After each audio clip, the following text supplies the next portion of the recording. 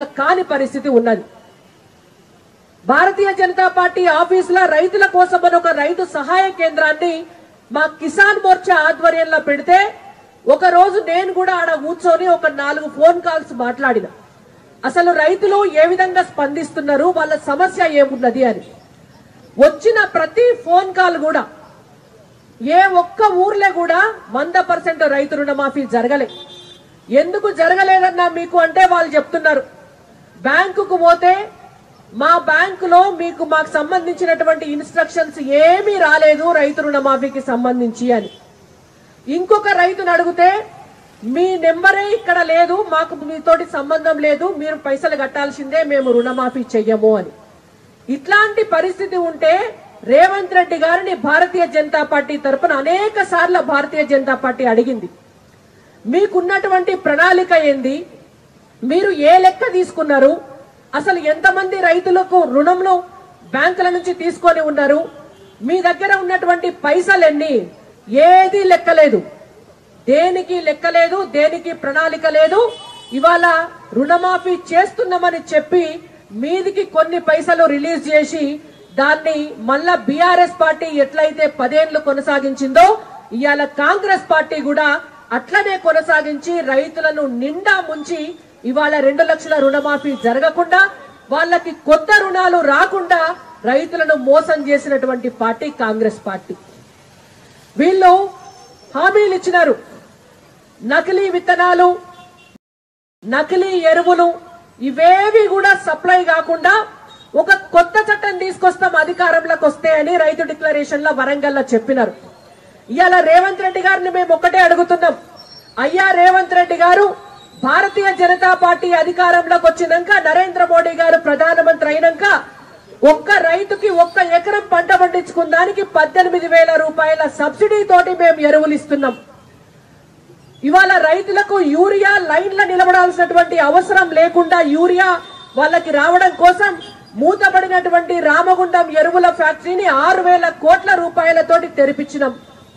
ఇవాళ ఎరువులు వేసుకోవడానికి కూలీలకు కూడా డబ్బు ఖర్చు ఎక్కువైతుందని టెక్నాలజీ తీసుకొచ్చి ఇవాళ డ్రోన్ల సహకారంతో పంట పొలాలల్లా ఎరువులు వేసుకునేటటువంటి పరిస్థితి తీసుకొచ్చినాం. బస్తాలు బస్తాలు మోసుకపోలేక రవాణా ఖర్చులు పెట్టుకోలేక రైతులకు ఇబ్బంది అవుతుందని ఇవాళ 1 లీటర్ నానో యూరియాను కూడా తీసుకొచ్చేటటువంటి విధానాన్ని నరేంద్ర మోడీ గారి ప్రభుత్వం తీసుకొచ్చింది. మరి అలా మీరేం చేసినారు? నకిలీ విత్తనాలను, నకిలీ ఎరువులను అరికట్టడం కోసం ఒక కొత్త చట్టం తీసుకొస్తా అని చెప్పినటువంటి రేవంత్ రెడ్డి గారు ఇవాళ అధికారంలోకి వచ్చి 9 నెలలైనా కూడా ఈ రోజు వరకు కూడా దాని గురించినటువంటి ఊసే లేదు. మరి మీరు ఇచ్చినటువంటి హామీలను తుంగలో తొక్కి ఎందుకు మోసం చేస్తున్నారు రైతులనని మేము అడుగుతున్నాం.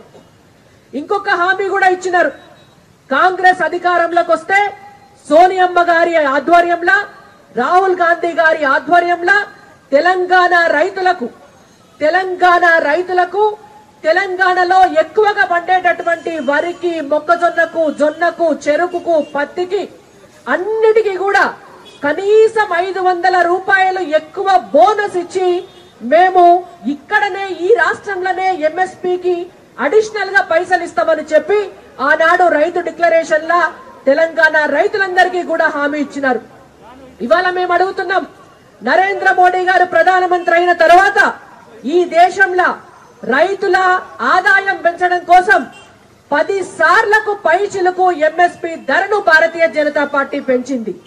మరి ఇవాళ మీరు హామీలు ఇచ్చి ఈనాటి వరకు కూడా కనీసం ఒక వడ్లకు కూడా 500 రూపాయలు క్వింటాలకు బోనస్ ఇయ్యలేనటువంటి పరిస్థితి.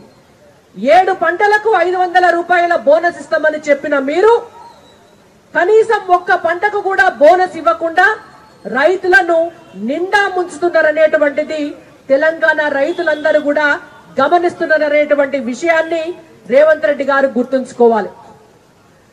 తెలంగాణలో రైతులందరూ కూడా ఎకరమున్నా, అరెకరమున్నా, 5 ఎకరాలున్నా, 10 ఎకరాలున్నా నిమ్మలంగా పండింది అమ్ముకొని వచ్చింది తిని బతికేటోళ్ళు. ధరణి చట్టం అని చెప్పి ఒక అధ్వాన్నమైనటువంటి చట్టాన్ని తీసుకొచ్చి తెలంగాణ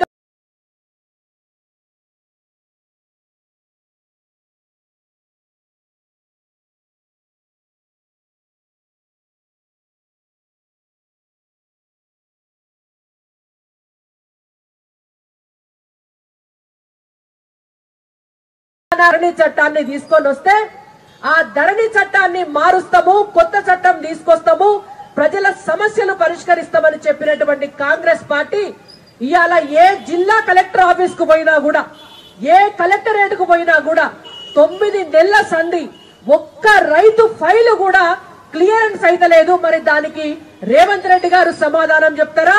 తెలంగాణ రైతులకు హామీ ఇచ్చిపోయినటువంటి రాహుల్ గాంధీ గారు, సోనియా గాంధీ గారు సమాధానం చెప్తారా? వాళ్ళు ఆలోచించాల. ఇవాళ ఒక కొత్త చట్టం తీసుకొస్తామంటేరి, తీసుకురాకపోతేరి. ఇవాళ రైతులకు సంబంధించినటువంటి సమస్యల పరిష్కారం కోసం, ఎంఎస్పి ధరల నిర్ణయం కోసం, రైతులకు మార్కెటింగ్ సదుపాయాల కోసం ఇవాళ కొత్త రైతు కమిషన్ ని ఏర్పాటు చేస్తామని చెప్పినారు. ఎవరికన్నా కనబడ్డదన్న రైతు కమిషన్? తెలంగాణ రాష్ట్రంలో వేసిండ్రా రైతు కమిషన్? ఇవాళ రైతు కమిషన్ ఊసులేదు. మనం పోయి అడుగుతుంటారు కావచ్చు, నేనెప్పుడు చెప్పినా రైతు కమిషన్ అని. ఇవాళ అబద్ధాలు చెప్పుడు నేర్చుకొని 6 గ్యారంటీలను అటకెక్కించి రైతులకు ఇచ్చినటువంటి హామీలన్నిటినీ కూడా తుంగలో తొక్కి రైతు కమిషన్ అనేటువంటి హామీని కూడా మర్చిపోయినటువంటి దగుల్బాజీ ప్రభుత్వం ఈ కాంగ్రెస్ పార్టీ ప్రభుత్వం. రైతులందరికీ చెప్తిరి 15,000 రూపాయలు రైతు భరోసా ఇస్తాం, రైతు కూలీలకు 12,000 ఇస్తాం, ఉపాధి హామీ పథకంతో లింకప్ చేస్తాం. ఉపాధి హామీ పథకంలో రిజిస్టర్ చేసుకున్నటువంటి కూలీలందరినీ కూడా 12,000 రూపాయలు సంవత్సరానికి ఇస్తాం, వాళ్ళను రైతు కూలీలుగా గుర్తిస్తామని. ఈనాటి వరకు కనీసం ఉపాధి హామీ పథకంలో ఉన్నటువంటి వాళ్ళ లిస్ట్ అన్న తీసుకున్నారా మీరు అని మేము రేవంత్ రెడ్డి గారిని అడుగుతున్నాం. ఎంత మంది ఉంటారు, దానికి ఎన్ని పైసలు ఖర్చు అవుతాయి, ఆ పైసలు మీరు ఎక్కడికెళ్ళి తీసుకొస్తారు, రైతులకు ఎట్లా ఇస్తారు, రైతు కూలీలకు ఎట్లా ఇస్తారు, ఏమన్నా ప్రణాళిక మీ దగ్గర ఉన్నదా అని మేము రేవంత్ రెడ్డి గారిని అడుగుతున్నాం. ఏదీ లేదు. వట్టి మాటలు మాట్లాడమంటే తెల్లారి లేస్తే భారతీయ జనతా పార్టీని తిట్టాలి, తెల్లారి లేస్తే నరేంద్ర మోడీ గారిని తిట్టాలి, తెల్లారి లేస్తే 6 గ్యారంటీలను అటకెక్కించి డైవర్షన్ పాలిటిక్స్ చేయడంలో నెంబర్ 1 గా ఉన్నారు తప్పితే ఈ కాంగ్రెస్ పార్టీ ఈ రోజు వరకు కూడా రైతుల సంక్షేమం కోసం ఎక్కడా కూడా ఆలోచిస్తలేదు అనేటువంటిది ఇవాళ మనకు కళ్ళకు కనబడుతున్నటువంటి అంశం. కాబట్టి రేవంత్ రెడ్డి గారికి భారతీయ జనతా పార్టీ తరపున మేము ఒకటే డిమాండ్ చేస్తున్నాం. మీరు రైతులను ఇట్లనే మోసం చేస్తే భారతీయ జనతా పార్టీగా మా పార్టీ రాష్ట్ర అధ్యక్షులు కిషన్ రెడ్డి గారి ఆధ్వర్యంలో, మా పార్టీ ప్రజాప్రతినిధుల ఆధ్వర్యంలో మేము చూస్తూ ఊరుకోము. ఖచ్చితంగా రేవంత్ రెడ్డి గారి ప్రభుత్వం మెడలు వంచైనా సరే మీరిచ్చినటువంటి రైతు భరోసా కావచ్చు, రైతు కమిషన్ కావచ్చు, కొత్త చట్టం కావచ్చు, మీరు పెంచాల్సినటువంటి ఎంఎస్పీకి ఇవ్వాల్సినటువంటి అదనంగా ఇవ్వాల్సినటువంటి మద్దతు ధర కావచ్చు, వాటన్నిటి కోసం తెలంగాణ రైతుల పక్షాన మేము పోరాటం చేస్తామని చెప్పి